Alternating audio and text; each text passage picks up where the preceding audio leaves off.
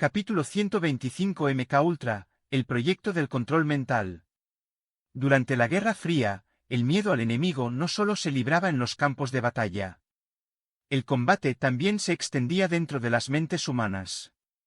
Y fue entonces cuando el gobierno de Estados Unidos lanzó uno de los proyectos más siniestros y secretos de su historia. El experimento MKUltra. Un programa de la CIA que buscaba controlar la mente humana, borrar recuerdos, implantar ideas y manipular voluntades. Un proyecto tan oscuro que durante años fue negado, hasta que los documentos desclasificados revelaron que no era una teoría conspirativa. Era real. El nacimiento del proyecto del control mental.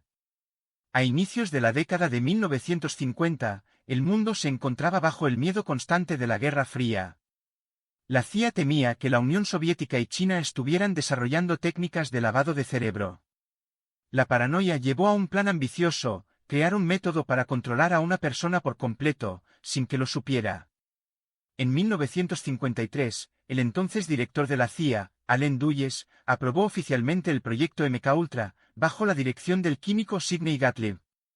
Gottlieb era un hombre con una mente brillante y una moral completamente ausente. Su misión: encontrar la fórmula para manipular la mente humana, utilizando drogas, hipnosis, tortura y experimentos psicológicos extremos. LSD, la llave del subconsciente.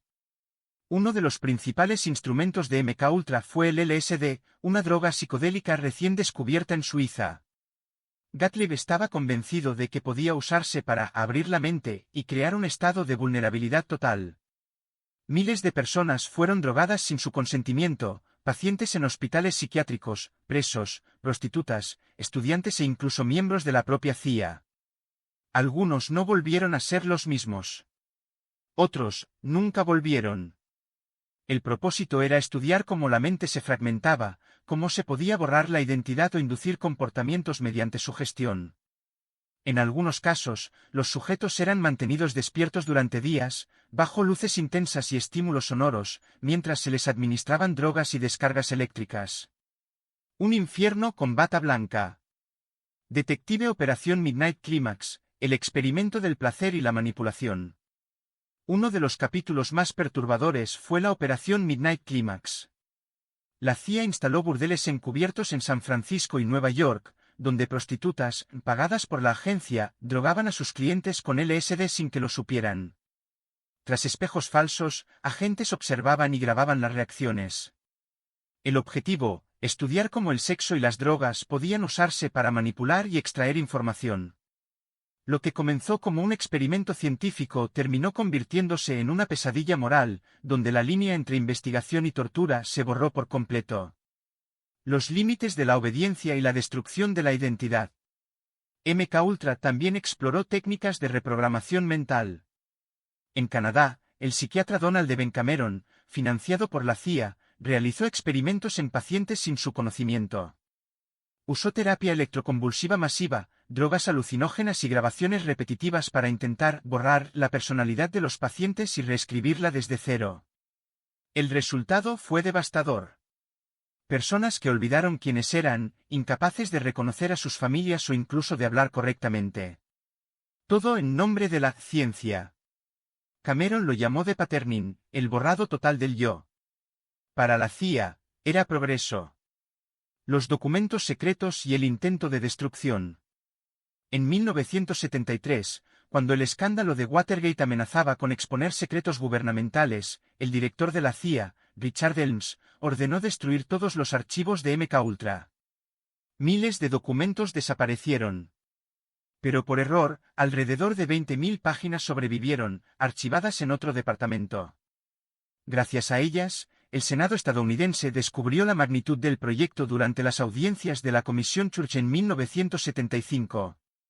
Los testimonios fueron escalofriantes. Se reveló que más de 80 instituciones, incluyendo universidades, hospitales y centros militares, habían colaborado, muchas veces sin saberlo. El propio gobierno había violado los derechos humanos en nombre de la seguridad nacional. Víctimas reales, justicia imposible. Entre las víctimas más conocidas estuvo Frank Olson, un bioquímico del ejército que trabajó en el proyecto. Fue drogado sin su conocimiento con LSD y días después, cayó desde la ventana de un hotel en Nueva York.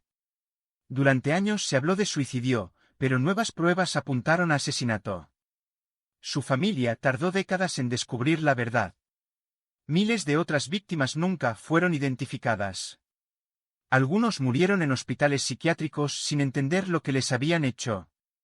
Otros desarrollaron traumas permanentes, alucinaciones y pérdida total de identidad. ¿Terminó realmente MKUltra? Oficialmente, el programa fue clausurado en 1973. Pero documentos desclasificados en los años 90 muestran que algunos experimentos continuaron bajo otros nombres. MK-Search, Artichoke, Bluebeard. Y en pleno siglo XXI, hay quienes creen que las investigaciones sobre neuromanipulación, microchips cerebrales y control a través de estímulos sensoriales son el legado moderno de aquel experimento. Solo que ahora, en lugar de LSD, el instrumento es la tecnología. El proyecto MKUltra nos recuerda hasta dónde puede llegar el poder cuando pierde su ética. Un experimento nacido del miedo, ejecutado con frialdad y ocultado con mentiras. Pero, sobre todo, nos deja una pregunta inquietante. Si el gobierno fue capaz de controlar la mente de sus propios ciudadanos, ¿qué impide que siga haciéndolo hoy, de formas que ni siquiera imaginamos? Este fue Capítulo 125 MKUltra, el proyecto del control mental.